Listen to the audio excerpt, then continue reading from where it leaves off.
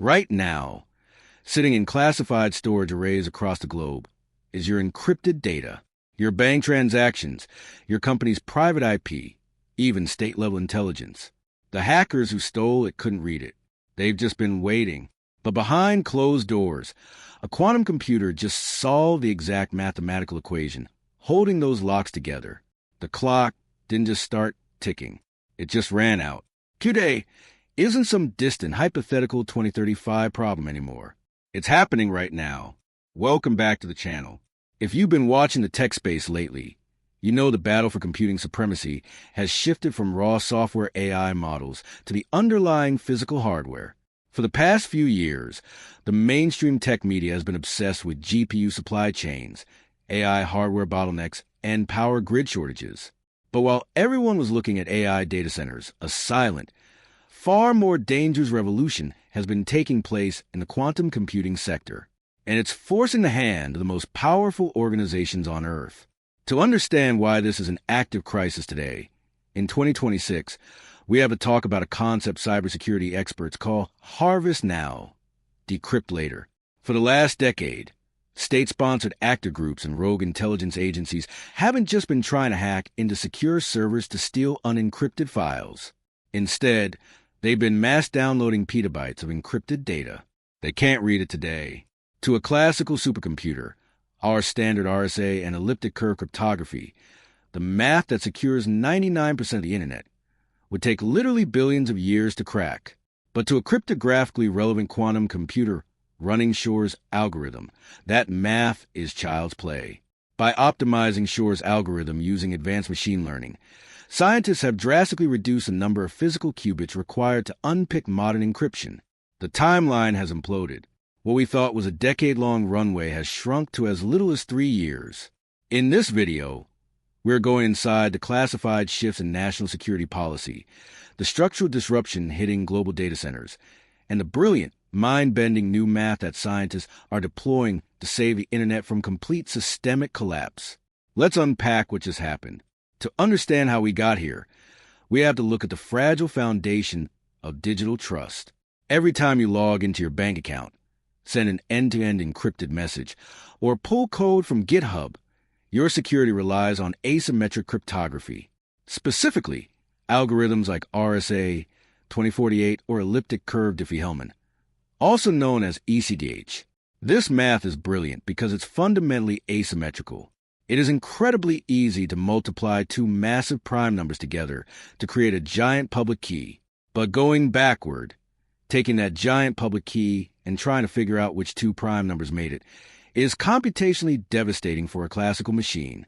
It's the equivalent of dropping a glass vase on the floor and then asking a supercomputer to calculate the exact air current and force needed to piece it back together perfectly. Classical supercomputers are brute force machines.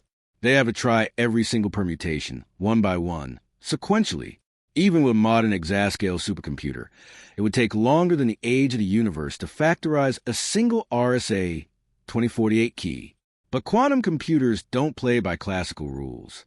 They don't use bits, the ones and zeros of classical silicon. They use qubits. Through a phenomenon called superposition, a qubit can represent a 1, a 0, or any state in between simultaneously. When you link qubits together through entanglement, their computational state space grows exponentially. Enter Shor's algorithm. Written in 1994 by mathematician Peter Shor, this algorithm proved that a quantum computer could find the prime factors of a giant number almost instantly by exploiting quantum interference. It essentially turns a needle in a haystack math problem into a wave frequency problem, finding the answer in minutes. For decades, this was theoretical. People said, "Sure, the math works, but we don't have the hardware. We need millions of physical qubits to run Shor's algorithm, and today we only have a couple hundred noisy ones." But that comforting assumption just died. Recent breakthroughs in quantum error correction and, critically, AI-assisted algorithmic optimization have changed the game. Researchers have used deep learning to streamline the quantum circuits required to run Shor's algorithm. We no longer need millions of pristine, perfect physical qubits. By combining classical AI pre-processing with hybrid quantum hardware, the barrier to cracking RSA has plummeted. The absolute lock we trust to secure the modern world has just been bypassed. The implications are staggering. Because of this, there is a silent, high-stakes panic occurring inside the halls of the Pentagon, the NSA, and China's Ministry of State Security. This is no longer an academic debate or a topic reserved for theoretical physics journals. It is an active geopolitical race. The timeline has collapsed, and the major players know that whoever holds a key to cryptanalytically relevant quantum systems hold the ultimate lever of global power. Let's look at the policy shifts. The United States government recognized this threat early, but in mid-2026, they escalated the transition timeline dramatically. Following a sweeping White House executive order on post-quantum cryptography, federal civilian agencies have been hit with strict, legally binding deadlines. By 2027, key government departments must have fully functioning post-quantum migration pilots in place. By 2030, all critical federal key establishment protocols must be completely transitioned. And by 2035, under the NSA's Commercial National Security Algorithm Suite, known as CNSA 2.0, every single national security system in the United States must achieve full, end-to-end post-quantum cryptographic compliance. If they miss these deadlines, they are leaving the doors wide open to systematic infiltration. But why the rush? Why are governments spending billions of dollars to overhaul their network infrastructure right now? It comes back to that harvest now, decrypt later strategy. Imagine an adversary intercepts state-level intelligence, confidential military communications, or blueprints for next-generation stealth fighters today. Even if that data is encrypted under AES 256 or RSA 2048, they can simply store that raw, unreadable data stream in massive, high-security data vaults. The moment a cryptographically relevant quantum computer goes online in Beijing, Moscow, or Maryland, they feed the archive data into the quantum machine. In minutes, years of classified state secrets become completely transparent. This means that even if a full-scale quantum computer isn't commercially available to the public for another few years, the data you send today is already compromised if your competitor or a foreign adversary has intercepted it. Your security posture in 2026 dictates whether your secrets survive the next decade. This is a geopolitical Cold War. The nation that achieves stable, error-corrected quantum computing first won't just control the future of high-performance computing. They will instantly possess the master key to decrypt the history of their rivals' communications. It's a silent, high-consequence intelligence war, and nobody wants to be left holding an obsolete classical shield. So how we fight back? We can't change the laws of quantum physics, but we can change the math. If quantum computers are incredibly good at solving the math of factoring prime numbers and discrete logarithms, then we need to find math problems that are so complex, so multidimensional, that even a quantum computer gets bogged down in them. This is where post-quantum cryptography, or PQC, comes in. After an intense, multi-year global competition, the U.S. National Institute of Standards and Technology, known as NIST, finalized and approved the first 3 official post-quantum standards. The first standard is FIPS 203, also known as MLKM, based on the Kristall's-Kyber algorithm. This is designed for general encryption and key exchange. It is the primary replacement for legacy RSA and elliptic curve Diffie-Hellman systems. The second is FIPS 204, or MLDSA, based on Kristall's dilithium. This is designed specifically to secure digital signatures, ensuring that the sender of a file or message is actually who they claim to be. The third is FIPS 205, or SLHDSA, based on Sphinx Plus. This serves as a secondary, highly secure fallback standard for digital signatures using stateless hash-based cryptography. How do these work? The primary standards, MLKM and MLDSA, rely on a branch of mathematics called lattice-based cryptography. Instead of simple mathematical operations like multiplication and division of large primes, lattice-based systems hide keys inside massive high-dimensional geometric grids containing thousands of dimensions. To find the secret key, a computer has to solve what mathematicians call the shortest vector problem, finding the absolute closest point to the origin in this massive multidimensional space. Even with superposition and entanglement, a quantum computer cannot easily calculate a shortcut through this geometric maze. It is a mathematical fortress. But lattice-based systems aren't the only line of defense. Just recently, in July 2026, a massive milestone occurred in the cryptographic community. An alternative algorithm called Classic McAleese officially achieved global ISO standardization under ISO/AC 18033-2. Classic McAleese is a fascinating piece of tech. Unlike lattice-based algorithms, it is code-based, relying on error-correcting codes first formulated back in 1978. It has resisted cryptanalysis for nearly 50 years. Because it uses entirely different mathematical assumptions than lattice-based systems, it serves as the ultimate ultra-secure fallback. If someone finds a mathematical shortcut to crack lattices tomorrow, Classic McAleese remains standing, ensuring we don't put all of our cryptographic eggs in one mathematical basket. This means enterprises, governments, and defense networks across the 177 ISO member states now have a standardized, globally interoperable blueprint to protect their most sensitive data stacks. But as we're about to see, implementing this new math is where the real-world engineering nightmare begins.